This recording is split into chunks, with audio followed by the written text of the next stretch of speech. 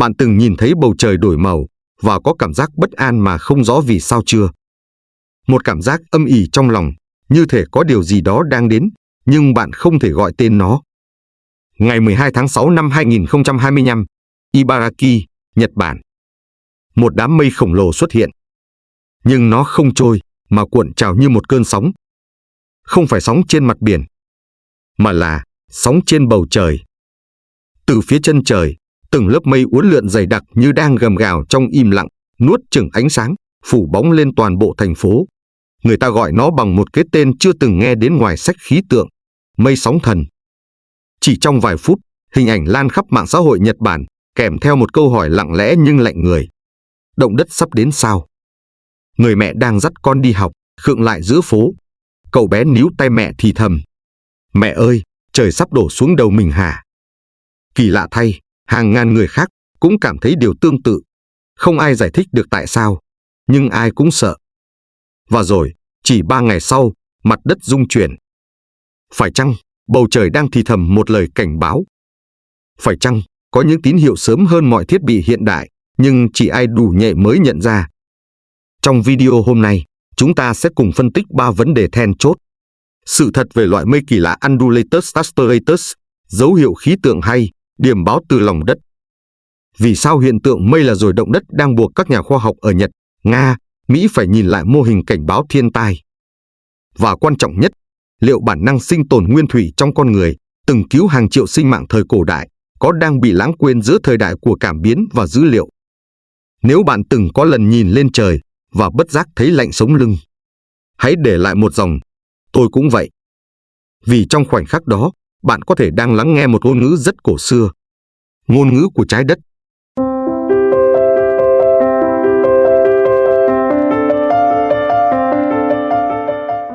Có một nghịch lý kỳ lạ mà khoa học chưa bao giờ trả lời thỏa đáng. Tại sao một hiện tượng thiên văn cực hiếm, từng được ghi nhận không quá vài chục lần trong vòng một thế kỷ, lại xuất hiện đúng vào những khoảnh khắc mà mặt đất đang lặng lẽ chất chứa một điều gì đó bất thường? Undulatus Astratus, hay còn gọi là mây uốn lượn bất thường, được Hội khí tượng Hoàng gia Anh chính thức công nhận vào năm 2009 như một loại mây mới, điều chưa từng xảy ra trong gần 60 năm. Loại mây này không mang hình tròn, không xếp lớp, không bồng bềnh như ta thường thấy. Nó là những dải mây đen đặc quánh, uốn lượn thành từng gợn sóng khổng lồ, như một đại dương đang lộn ngược trên bầu trời. Chúng không lặng lẽ trôi đi, mà như đang gào thét.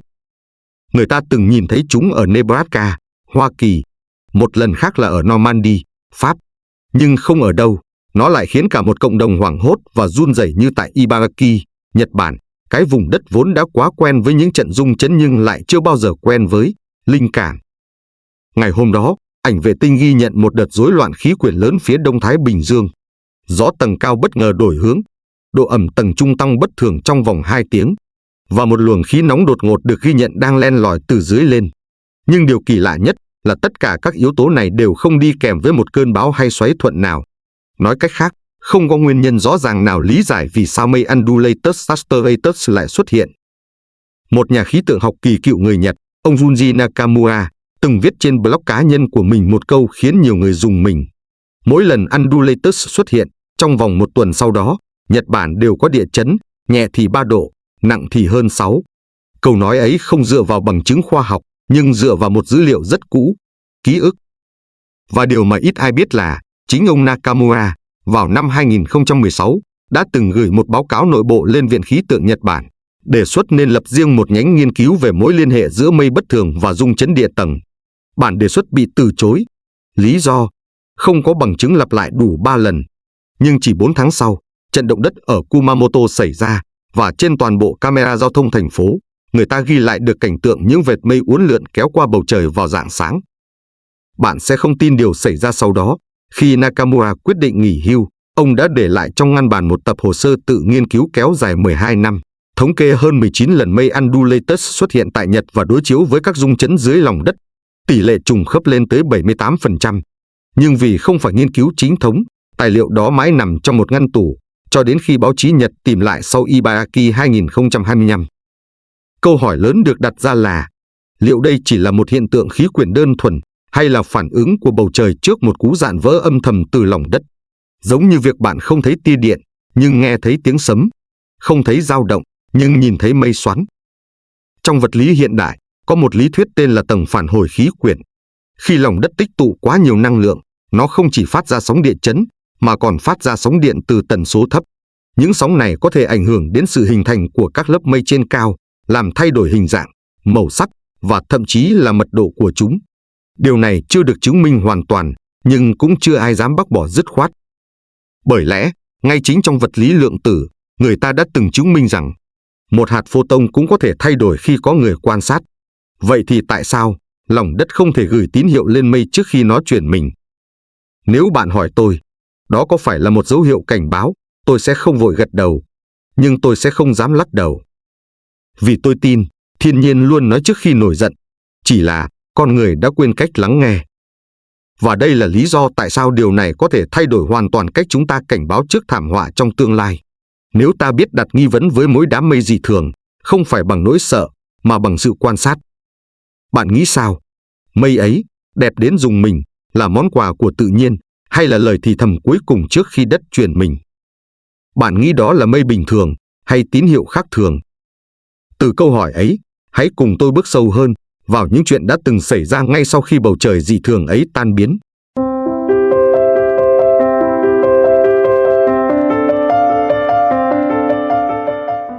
Ngày xưa, người ta nhìn trời mà đoán đất. Một dải mây lạ, một cơn gió nghịch, một ánh chớp không kèm tiếng sấm, cũng đủ khiến cả làng đêm đó không dám ngủ. Vì họ tin, trời đất không bao giờ im lặng vô cớ. Nhưng rồi thời đại của máy móc, của biểu đồ và con số đến, chúng ta dần ngờ vực linh cảm. Thay vì lắng nghe đất trời bằng trái tim, ta đợi tín hiệu từ vệ tinh. Và đôi khi, cái ta chờ chưa đến, thì điều cần biết đã vụt qua mất rồi. Chiều ngày thứ ba sau khi mây undulatus tan ở Ibaraki, một cơn rung nhẹ xảy ra lúc 14 giờ 17 phút. Độ lớn chỉ 3,6, một con số quá nhỏ để báo động. Nhưng điều khiến giới địa chấn học bối rối là tâm chấn nằm ngay bên dưới khu vực có hình ảnh mây được ghi lại rõ nhất. Đó là một vùng đất vốn yên tĩnh nhiều năm, chưa từng ghi nhận rung chấn trong phạm vi bán kính 10 km suốt thập kỷ qua. Tại Viện Địa chấn Tokyo, một nhóm nghiên cứu ngay lập tức đối chiếu dữ liệu. Họ phát hiện, trước trận động đất ấy 48 tiếng, thiết bị đo sóng điện từ tại trạm Narita đã ghi nhận sự dao động lạ, biên độ nhỏ, nhưng tần số nằm ngoài phổ thông thường. Những tín hiệu đó được gọi là Pre-seismic Electromagnetic Anomaly, sóng em bất thường trước địa chấn. Nó từng được nghi ngờ xuất hiện trước một số trận động đất lớn ở Trung Quốc và Thổ Nhĩ Kỳ, nhưng chưa ai dám xác nhận mối liên hệ chặt chẽ. Mọi chuyện tưởng như dừng lại ở đó, cho đến khi một nghiên cứu cũ được đào lại. Từ năm 2013 đến 2020, Đại học Kyushu đã bí mật thử nghiệm một mạng lưới nhỏ, cài đặt các cảm biến điện từ tại 7 điểm trải dài khắp Nhật Bản. Họ không công bố rầm rộ, vì dự án vẫn ở mức quan sát thử nghiệm. Nhưng trong một báo cáo nội bộ năm 2021, nhóm nghiên cứu xác nhận, trong 4 trận động đất lớn, họ đều ghi nhận sóng em tăng bất thường một năm ngày trước đó, và trùng hợp kỳ lạ, cả 4 lần đều xuất hiện hiện tượng mây dị thường. Bản báo cáo bị lãng quên trong một thư mục cũ, cho đến ngày Ibaraki xuất hiện mây, và một cựu sinh viên từng tham gia dự án, giờ đang làm kỹ sư địa chấn, đã bất ngờ lên tiếng. Tên anh là Kenta, sống tại Tsukuba, cách Ibaraki chỉ hơn 60 cây số. Chiều hôm đó, khi nhìn thấy đám mây ấy, anh không sợ, nhưng anh thấy lạ. Đám mây uốn như sóng biển, nhưng trời lại không có gió, anh kể. Tôi chụp ảnh, ghi chú và báo về trung tâm. Tôi bảo họ kiểm tra lại các cảm biến ở Narita và Kajima, nhưng người ta bảo tôi có thể chỉ là hiện tượng thời tiết ngẫu nhiên. 3 ngày sau, mặt đất nơi anh đứng rung nhẹ, không ai bị thương, nhưng Kenta thì mất ngủ suốt nhiều đêm. Bởi anh không thể ngăn mình đặt câu hỏi, nếu hôm đó lời cảnh báo của anh được nghe kỹ hơn, thì liệu một mô hình cảnh báo mới đã được kích hoạt? Rất nhiều người mắc sai lầm tại bước này. Họ cho rằng chỉ khi động đất thật lớn mới cần quan tâm đến tín hiệu nhỏ. Nhưng bạn sẽ không tin điều xảy ra sau đó. Một trong những sensor của trạm Narita, vốn được xem là lỗi thời, lại ghi nhận sóng bất thường mạnh hơn những gì từng thấy trước động đất Kumamoto. Và đây là lý do tại sao điều này có thể thay đổi hoàn toàn cách chúng ta hiểu về các tín hiệu từ thiên nhiên. Có thể, thay vì chờ những cơn rung, ta nên học cách nhận ra những âm thanh không tiếng, những vết dạn vô hình, những cú chớp mắt của bầu trời. Bạn tin vào trùng hợp hay có điều gì đó đang muốn được hiểu rõ? Từ Ibaraki, câu chuyện lan nhanh, Nhưng không phải là lần đầu, ta từng chứng kiến những điểm trời xuất hiện rồi bị lãng quên cho đến khi đất nứt, và người ta mới lật lại những bức ảnh bầu trời để tự hỏi phải chăng thiên nhiên đã thì thầm từ lâu mà con người chỉ quá bận để lắng nghe.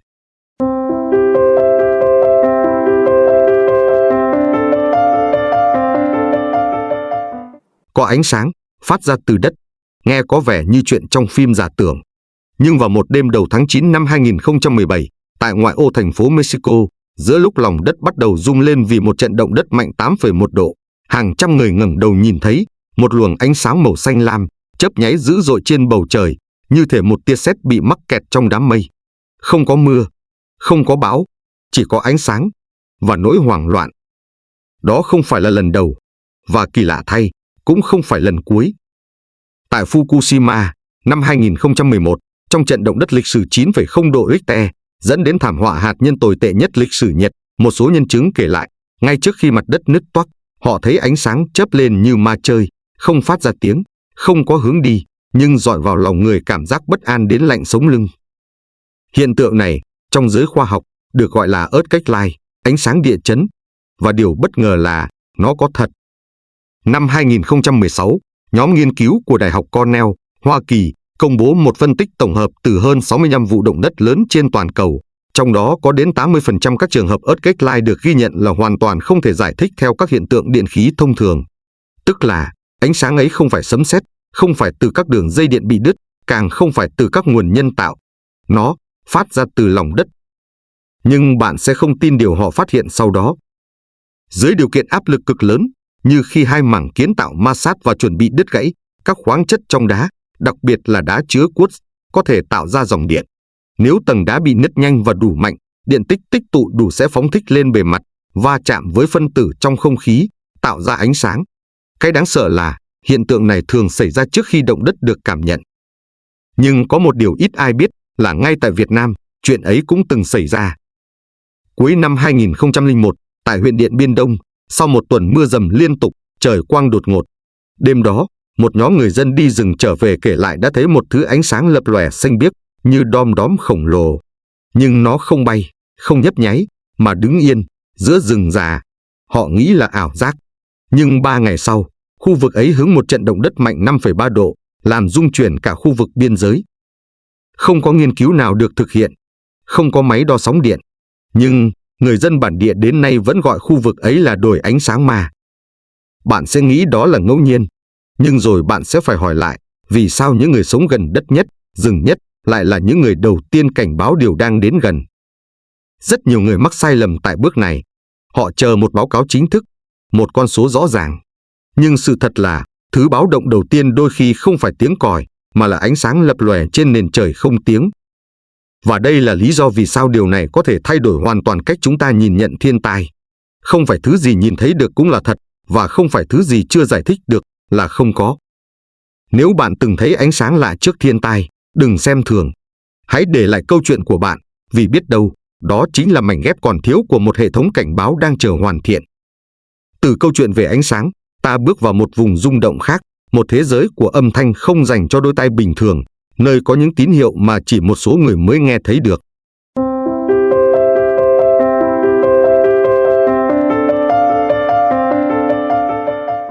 Không phải ai cũng nghe được, nhưng có người đã rùng mình khi tiếng đó vang lên. Một đêm đầu tháng 3 năm 2011, cụ bà Yuki sống ở ngoại ô Sendai, Nhật Bản, không sao chợp mắt được. Căn nhà gỗ lặng thinh, trời không mưa, không gió, nhưng bà thấy bồn chồn. Có cái gì đó đang kêu lên, bà nói với cháu gái. Không phải từ tivi, không phải tiếng xe, mà từ dưới đất. Cháu bà lắc đầu cười, tưởng bà già yếu nên tưởng tượng. Nhưng 2 ngày sau, trận động đất lịch sử 9,0 độ xảy ra, cướp đi hơn 18.000 sinh mạng. Câu chuyện tưởng chừng cảm tính lại khiến các nhà khoa học Nhật Bản bắt đầu đặt câu hỏi, liệu đất có thể kêu trước khi đứt gãy? Và họ phát hiện ra một điều không ngờ tới. Trên thực tế, trái đất có thể phát ra những âm thanh mà tai người không thể nghe thấy, nhưng cơ thể lại cảm nhận được. Những âm thanh này được gọi là sóng hạ tầng, in-phase sound, có tần số dưới 20 Hz.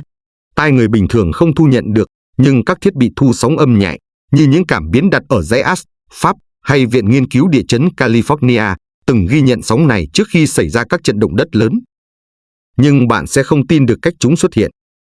Khi hai mảng kiến tạo di chuyển, đặc biệt là khi bị kẹt trong một thời gian dài, năng lượng tích tụ không chỉ ở dạng cơ học mà còn tạo ra áp suất cực lớn tại tầng sâu dưới lòng đất. Áp lực này ép khí, ép nước và cả các cấu trúc đá cứng, khiến chúng phát ra một dạng sóng rung có tần suất cực thấp, chạy qua đất, qua không khí, lan truyền hàng trăm km mà không mất năng lượng. Những con sóng này không tạo tiếng vang như tiếng nổ, nhưng gây cảm giác nặng đầu, mất ngủ, lo âu mà không rõ lý do. Người xưa gọi hiện tượng này là địa hồn rung, còn với khoa học, đó là sóng dưới tần. Hai cách gọi khác nhau, nhưng cùng mô tả một trạng thái bất thường, khi lòng đất không còn yên. Rất nhiều người mắc sai lầm tại bước này. Họ nghe thấy tiếng rền mơ hồ, tiếng ù tai khó tả, hoặc cảm giác như có dòng âm chạy dưới chân, và bỏ qua. Nhưng điều mà ít ai biết là, tại Thổ Nhĩ Kỳ, vài ngày trước trận động đất mạnh năm 2023, nhiều tài xế xe tải đã gọi điện đến đài phát thanh địa phương, hỏi, có ai nghe thấy đất phát ra tiếng không? Tất cả các báo cáo ấy bị cho là nhiễu. Không ai nghĩ chúng là lời thì thầm cuối cùng của lòng đất. Và đây là lý do tại sao điều này có thể thay đổi hoàn toàn cách chúng ta chuẩn bị cho thiên tai. Đôi khi, cảnh báo không đến từ máy móc, mà từ những cơ thể nhạy cảm hơn chúng ta nghĩ. Nếu bạn từng nghe thấy tiếng động lạ mà không rõ từ đâu, tiếng ù, tiếng rền, hoặc đơn giản là một nỗi bất an không thể gọi tên, hãy để lại chia sẻ. Vì biết đâu, điều bạn trải qua lại trùng khớp với vô số mảnh ghép khác đang được lắp lại. Từ câu chuyện của âm thanh vô hình, chúng ta đến với một điều còn khó giải thích hơn, khi cả một cộng đồng cùng mơ một giấc mơ báo trước, và tất cả đều tỉnh dậy đúng cùng một thời khắc.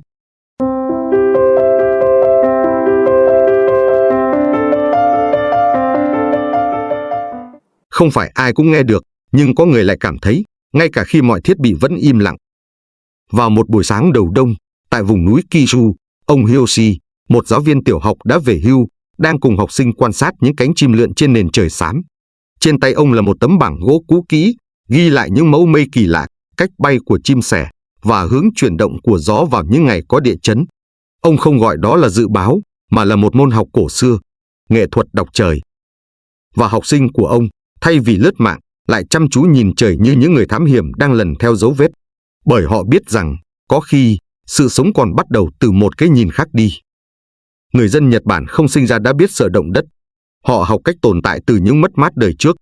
Từ những trận địa chấn cướp đi toàn bộ làng mạc, chỉ để lại vài người sống sót, là những người vô tình rời nhà vì thấy chó chu bất thường, hoặc vì con mèo cứ chạy quanh cửa sổ suốt sáng hôm đó.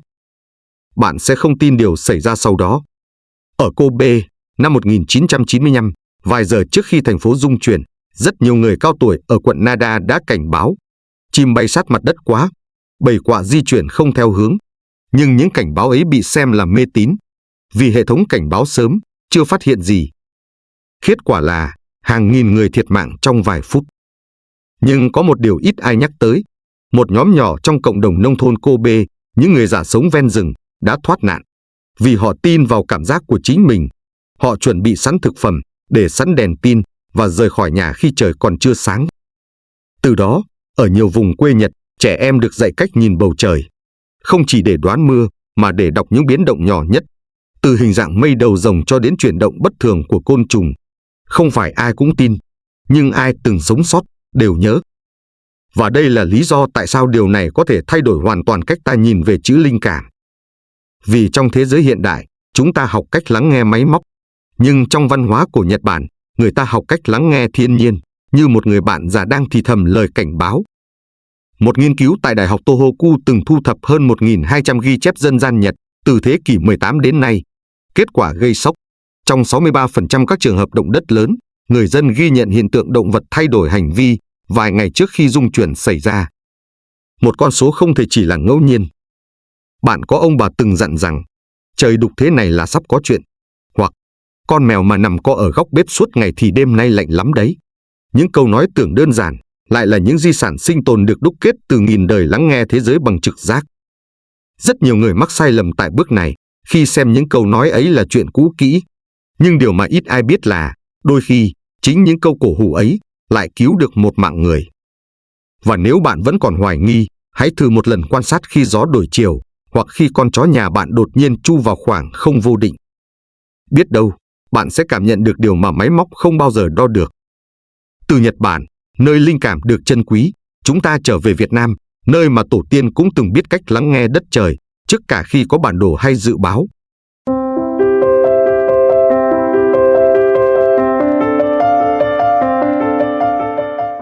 Người miền núi nói một câu nghe đơn giản mà như một lời tiên tri. Dẫn ra khỏi hang, chim lặng tiếng là đất sắp chuyển. Câu nói ấy, nếu được nghe trong một buổi họp báo hiện đại, có thể bị cười nhạt. Nhưng trong một buổi chiều tháng 3 năm 2001, tại một bản nhỏ ở Điện Biên, chính lời ấy đã khiến một gia đình thoát nạn. Ông Năm, một người dân tộc Thái sống hơn nửa đời ở vùng rừng thưa, nhớ lại đêm ấy. Tôi đang nằm võng, thì bỗng nhận ra một điều kỳ lạ, không có tiếng chim, không có một con dế nào gáy, cả khu rừng như bị ai cắt mất âm thanh. Và rồi, vài ngày sau, đất rung, cả bản xôn xao. Nhà ông Năm nằm sát rìa núi, nhưng ông đã đưa vợ con sang lán giấy từ trước, vì ông nghe bằng thứ mà người hiện đại đã đánh mất, trực giác từ thiên nhiên. Bạn sẽ không tin điều xảy ra sau đó. Cũng năm đó, ở Côn Đảo, một nhóm du khách được dẫn bởi kiểm lâm kể rằng, buổi sáng trước ngày sóng lớn, nước trong vịnh bỗng đục hẳn, đàn cá nhỏ lặn sâu, và bầy khỉ trong rừng hoảng loạn không rõ lý do. Không có thông báo thời tiết xấu, nhưng người hướng dẫn bản địa bảo họ rời sớm. Vài tiếng sau, sóng quật vào mỏm đá như tiếng thét. May thay, không ai còn ở đó. Rất nhiều người mắc sai lầm tại bước này khi cho rằng những dấu hiệu như vậy là ngẫu nhiên hoặc mê tín dân gian. Nhưng điều mà ít ai biết là chúng đã được ghi nhớ qua hàng trăm năm. Ở Kon Tum, người Xê Đăng có truyền thuyết, khi voi đực bỗng giống giữa đêm không lý do, đó là dấu hiệu của sự phá núi, tức núi sẽ đổ. Câu chuyện nghe như cổ tích, cho đến khi một trận lở đất xảy ra tại khu vực đó năm 1999. Và những người sống sót là những người đã tin vào điều ấy. Đây là lý do tại sao điều này có thể thay đổi hoàn toàn cách bạn nhìn về tổ tiên mình. Vì tổ tiên không để lại công nghệ, họ để lại quan sát. Từ cách trời chuyển gió, đến khi lá cây đổi hướng bay, hoặc sương xuống quá sớm. Những chi tiết ấy từng là kim chỉ nam giữ gìn sinh mạng. Bạn hãy nhớ lại, có phải hồi nhỏ, từng nghe người già nói rằng, trời kiểu này là có bão lớn, hay, con chó hôm nay cứ chu mãi, có chuyện đấy. Khi ấy, ta chỉ cười. Nhưng bây giờ, nghĩ lại, có khi chính lời đó lại là lời cuối cùng của một thế hệ biết lắng nghe mà không cần máy móc. Nhưng có một điều anh ta chưa nói với ai. Ông Năm, sau đợt động đất, từng muốn viết lại tất cả những gì mình quan sát được trong một cuốn sổ tay nhỏ. Nhưng ông chép chưa đầy 2 trang, thì cháu nội ông bảo, ông ơi, giờ có Google rồi, ai đọc cái này nữa. Ông cười, rồi cất sổ. Từ đó, ông chỉ kể khi ai hỏi, nhưng ít ai còn hỏi. Và đây là bi kịch, di sản không mất vì chiến tranh, mà vì sự lãng quên. Hãy nhớ lại, bạn từng nghe người già dặn gì trước khi trời nổi gió. Có thể, đó không phải lời nói vu vơ, mà là những má sóng cổ xưa mà ta đang đánh mất từng ngày. Từ những dấu hiệu bị lãng quên ấy, chúng ta đến với một câu hỏi còn lớn hơn. Nếu thiên nhiên đã nhiều lần lên tiếng, thì vì sao con người vẫn không chịu nghe?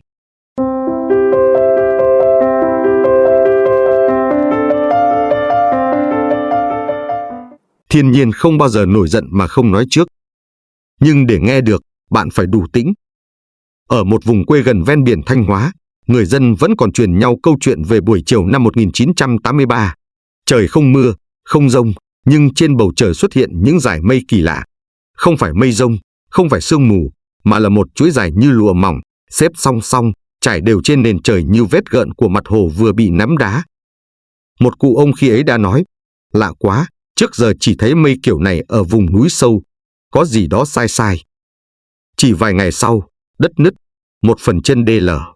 Không ai thiệt mạng, nhưng cánh đồng lúa năm ấy mất trắng. Bạn sẽ không tin điều xảy ra sau đó. Nhiều người cho rằng đó chỉ là trùng hợp, nhưng điều mà ít ai biết là mô hình dự báo địa chấn bằng hiện tượng khí quyển đã từng được nghiên cứu rất nghiêm túc. Từ năm 1999, Viện Địa tử Nga đã công bố báo cáo về các xáo trộn từ trường ở tầng ionosphere trước khi có động đất lớn. Còn tại Nhật, Đại học Kumamoto từng xây dựng bản đồ sóng điện từ bất thường vài giờ trước địa chấn. Một số sóng này không nghe được, không thấy được, nhưng có thể gây hiệu ứng thị giác lạ, như ánh sáng lóe dị thường, mây phát sáng, thậm chí là màu trời ngả tím trong vài phút.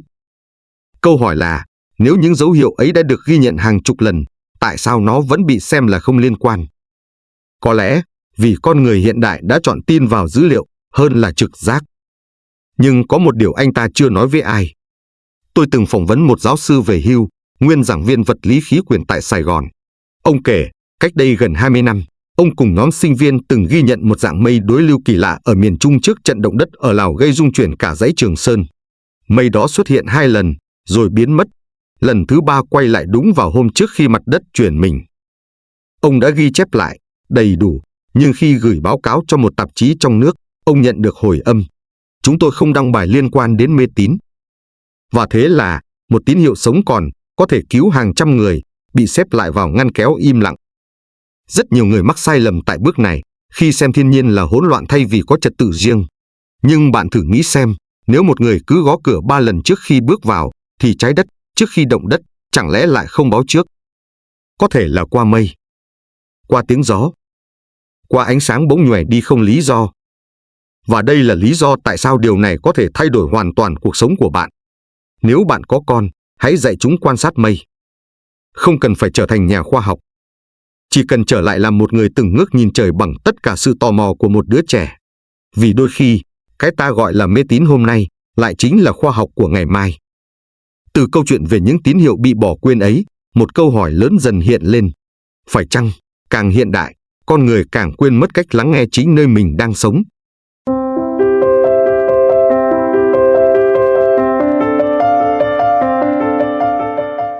Chúng ta có vệ tinh, có cảm biến, có siêu máy tính mạnh hơn cả hệ thống từng đưa con người lên mặt trăng.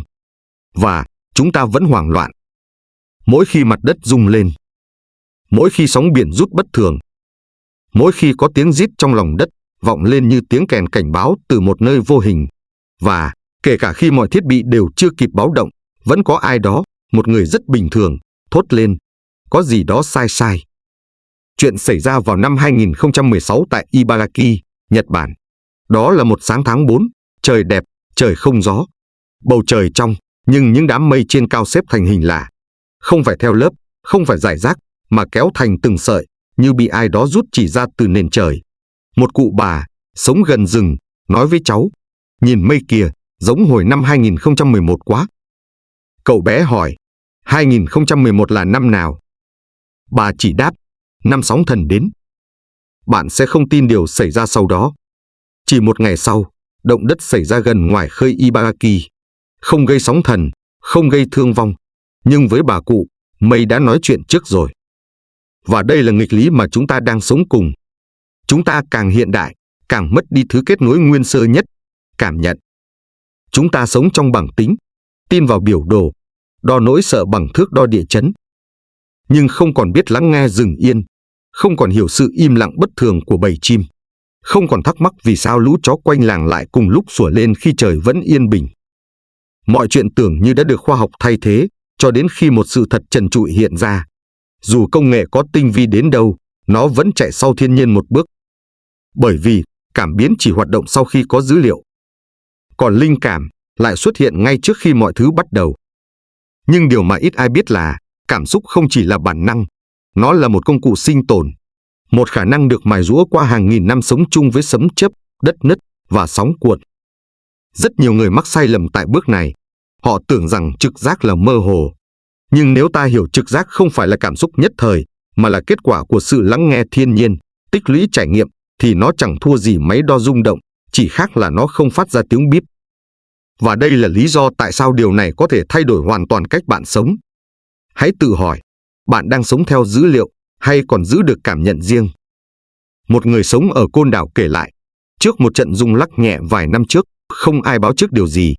Nhưng cá ngoài biển không còn vào gần bờ, cây trong rừng rụng lá bất thường.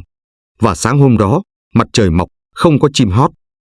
Không ai lý giải được, nhưng ông cụ ấy đã kịp dặn vợ con mang lương thực ra ngoài lán. Phòng thôi, ông nói. Khi đất rung, căn nhà cũ đổ, nhưng tất cả vẫn an toàn. Chẳng có cảm biến nào báo trước. Chẳng có dự báo nào cảnh báo. Chỉ có một linh cảm rất mơ hồ, nhưng rất thật. Và rồi, câu hỏi lớn nhất được đặt ra, liệu trong một thế giới quá ồn ào vì công nghệ, còn ai đủ lặng để nghe lời thì thầm của đất nữa hay không?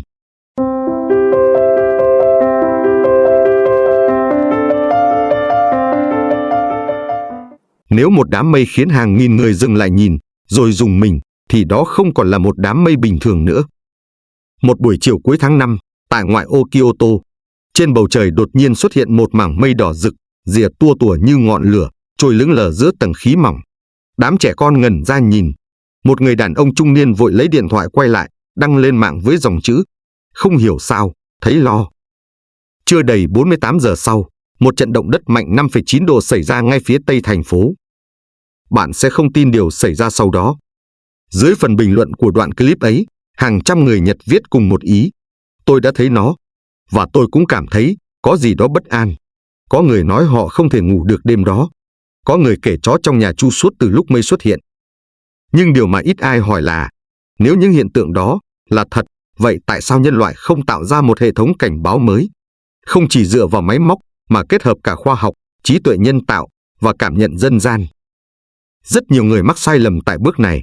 Họ nghĩ bản năng là mơ hồ. Họ nghĩ AI là tương lai duy nhất. Nhưng nếu ta dám nhìn lại, những lời cảnh báo từ thiên nhiên, từ mây lạ, ánh sáng âm u, tiếng rừng lặng câm, lại xuất hiện đều đặn hơn bất kỳ hệ thống cảm biến nào. Câu hỏi đặt ra là, nếu mây có thể nói, ta có thể nghe nó bằng cách nào? Và đây là lý do tại sao điều này có thể thay đổi hoàn toàn cách chúng ta phòng tránh thảm họa. Giả sử, chúng ta tạo nên một hệ thống 3 lớp. Một lớp canh mây, nơi AI nhận diện sự bất thường của các loại mây qua camera vệ tinh. Một lớp đo đất, nơi cảm biến điện tử, sóng điện tử và các dao động bất thường được ghi lại để làm bằng chứng. Và cuối cùng, một lớp nghe gió, nơi tiếng kêu lạ của thú hoang, sự thay đổi nhịp sinh học của con người, hay linh cảm tập thể được ghi nhận qua mạng xã hội hoặc báo cáo địa phương. 3 lớp ấy, nếu hoạt động cùng nhau, có thể tạo ra một loại trực giác nhân tạo, không thay thế được cảm xúc người, nhưng có thể khuếch đại nó. Và bạn sẽ không tin, ý tưởng này từng suýt thành hiện thực. Dự án Demeter của cơ quan vũ trụ châu Âu, ESA, từng ghi lại tín hiệu sóng điện tử phát ra từ mặt đất vài ngày trước các trận động đất. Kết quả rất khả quan, nhưng rồi dự án bị ngừng lại vì thiếu kinh phí. Không phải vì nó sai, mà vì nó chưa phù hợp với hệ thống cảnh báo chuẩn mực hiện nay. Và đó là bi kịch, khi một ý tưởng có thể cứu người, bị bỏ quên vì nó không giống những gì chúng ta đã quen tin. Nhưng có một điều anh ta chưa nói với ai.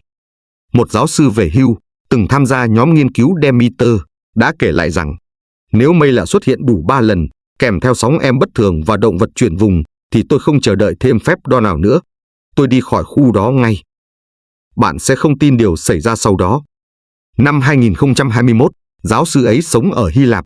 Ông báo với bạn bè, hàng xóm, rằng nên rời khỏi khu ven biển trong vài ngày. Họ không tin, nhưng ông vẫn rời đi. 3 ngày sau, một trận địa chấn mạnh 6,4 độ làm rung chuyển khu vực, gây hư hại hàng loạt công trình. Và đây không phải là chuyện tâm linh. Đây là chuyện lắng nghe. Lắng nghe thiên nhiên bằng cả mắt, tai và trái tim. Lắng nghe những tín hiệu nhỏ nhất để giữ lại điều quý giá nhất. Nếu bạn tin vào lời nhắn của thiên nhiên, hãy chia sẻ để nhiều người biết cách lắng nghe. Bởi vì, rất có thể, lắng nghe chính là cách sống còn cuối cùng. Vì trong những thời khắc sắp tới, sự sống và cái chết có thể chỉ cách nhau một khoảnh khắc của sự cảm nhận.